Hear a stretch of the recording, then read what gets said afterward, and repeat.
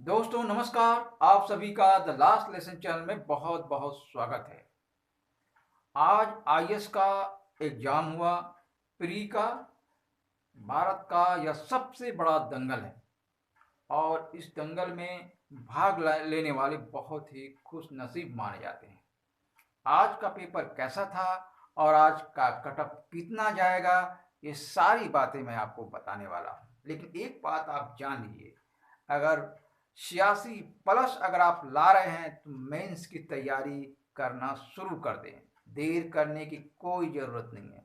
लेकिन आपको सारी बातें मैं बताऊंगा कि कट ऑफ में 85 या 86% से ज़्यादा लाने पर यानी क्या है आपको लाभ, कैसे मिलेगा बेनिफिट और किस तरह से मेंस की तैयारी में आपको मिल सकती है सफलता। और साथ ही साथ जनरल का, ओबीसी का, एससी और एसटी का कट ऑफ कितना रहेगा, इन सारी बातों को मैं आपको डिटेल में बताने वाला हूँ।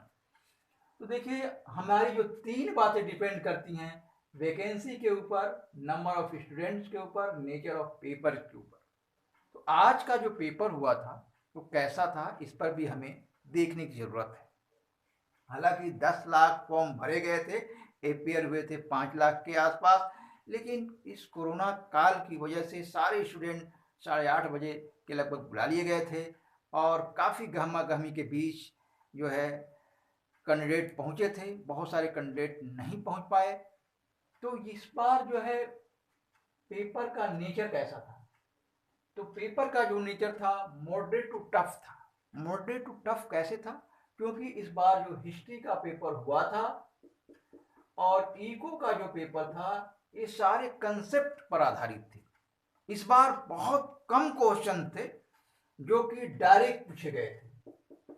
डायरेक्ट क्वेश्चन की संख्या बहुत कम थी और इसलिए यह अनुमान लगाया जा रहा है कि पिछले साल के अपेक्षा जो है क्वेश्चंस का जो है पैटर्न थोड़ा सा बदला हुआ था और कुछ इसमें जो है बदलाव है। इसलिए ये बिल्कुल स्पष्ट रूप से कहा जा सकता है कि जैसे कि आप जानते हैं कि 2019 में जो कटअप गया था 98 का कटअप गया था, लेकिन इस बार जो है कटअप थोड़ा सा डिफरेंट रहेगा। और मैं क्यों कह रहा हूं कि 86+ लाने के बाद आप मेंस की तैयारी करें, क्योंकि 4 और 5 नंबर के जो अंतर होते हैं वो आ ही जाते हैं। तो मैं आपको सारी बातें एक एक करके बताने वाला हूँ। इसको आप जरूर सुने और ध्यान से समझने का प्रयास भी करें।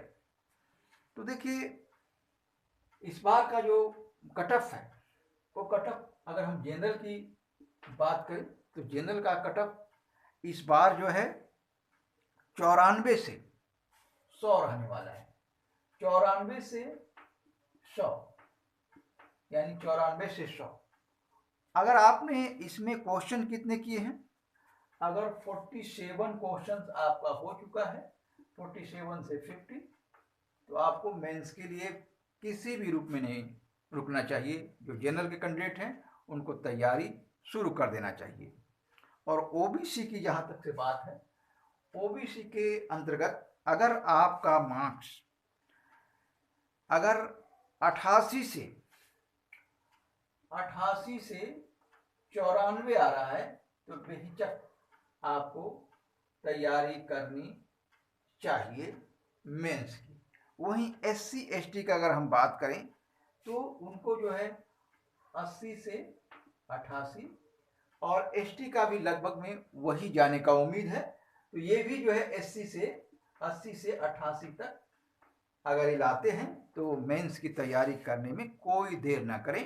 क्योंकि देखिए, जो मैंने बताया 86 का जो हमने टारगेट दिया हुआ है, 86 जो है एक ऐसा पहलू है, अगर आप लाते हैं तो इसको आप तैयारी करने में कोई बेहिचक यानी कोई भी देर न करें, कोई भी किसी भी तरह की कमजोरी न करें।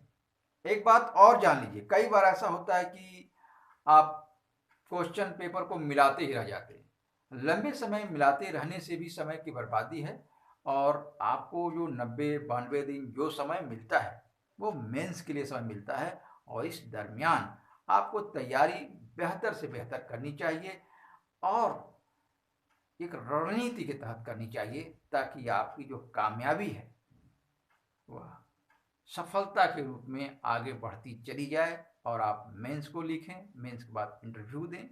ये मेरी तरफ से यही आशा है आप लोगों के लिए। तो मैं लास्ट में यही कहूँगा कि आप 86 प्लस ला रहे हैं तो आप तैयारी बिल्कुल मेंस की शुरू कर दें, बिना किसी हिचक के, बिना किसी देर के, क्योंकि यहाँ प्लस माइनस 2 मार्क्स होते रहते हैं और इसलिए पिछले साल के अपेक्षा जो 98 का गया हुआ था, इस बार कम जाने की उम्मीद पूरी बताई जा रही है। तो इसलिए अगर आप मेरे चैनल पर नए हैं तो चैनल को सब्सक्राइब ज़रूर कर लें और वीडियो को शेयर भी अपने दोस्तों के बीच कर दें, क्योंकि अगर वो इतना वो लाते हैं तो किसी तरह की कन्फ्यूज़न में ना रहें, किसी तरह के बहकावे में ना आए, किसी तरह की बहम में न रहें, तैयारी को यानी मेंस की तैयारी शुरू कर दें।